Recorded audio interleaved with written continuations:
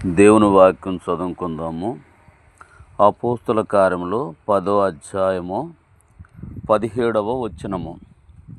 పేతురు తనకు కలిగిన దర్శనమేమై ఉండునో అని తనలో తనకు ఎటూ తోచకయుండగా కొర్నేలి పంపిన మనుషులు సీమోను ఇల్లు ఏదని విచారించి తెలుసుకొని వాకిట నిలిచి ఇంటివారిని పిలిచి. చాలు. కాబట్టి దేవుడు పేతురుకు దర్శనమిస్తూ వచ్చాడు.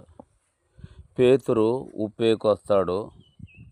ఉప్పేకొచ్చి ఉప్పేలో ఒక సీమోను అనేటువంటి శర్మకారుడి ఇంట దిగుతాడు.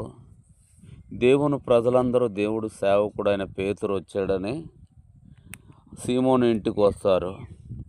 వచ్చిన తర్వాత సీమోను వారందరికీ దేవుని వాక్యాన్ని ప్రకటించి మిద్దె మీదకి వెళ్తాడు, బిల్డింగ్ మీదకి వెళ్తాడనమాట.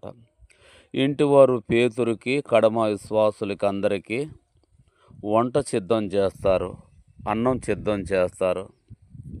అన్నం సిద్ధం చేస్తుంటారు. పేతురుకు మిక్కిలి ఆకలి కలుగుద్ది. వంట ఇంకా సిద్ధం కాదు. ఇప్పుడు దేవుడు పేతురుకు ఒక దర్శనం ఇస్తాడు. ఆకాశము నుండి 4 చెంగులు పట్టబడి ఒక దుప్పటి పేతురు ఎదుట దిగుతుంది. దిగినప్పుడు పేతురు ఇది ఏంటి అని చూడటానికి వెళ్తాడు. ఇప్పుడు పేతురుతో దేవుడు మాట్లాడతాడు. పేతురు, నీవు లెగిసి వాటిని సంపుకొని తిను అంటాడు. పేతురు వాటిని చూసినప్పుడు భూమి మీద ఉన్న సకల జంతువులు అందులో ఉంటాయి.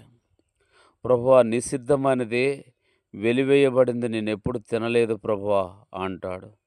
దేవుడు అంటాడు, దేవుడు పరిశుద్ధపరచబడింది నీవెందుకు నిషిద్ధం అంటున్నావు, లెగిసి సంపుకొని తిను అంటాడు. ఇలా దేవుడు ముమ్మారు మాట్లాడిన తర్వాత ఆ దుప్పటి మరలా పైకి వెళ్ళిపోతుంది. ఇప్పుడు పేతురు ఈ దర్శనం ఏమిటి అని ఆలోచిస్తూ ఉంటాడు.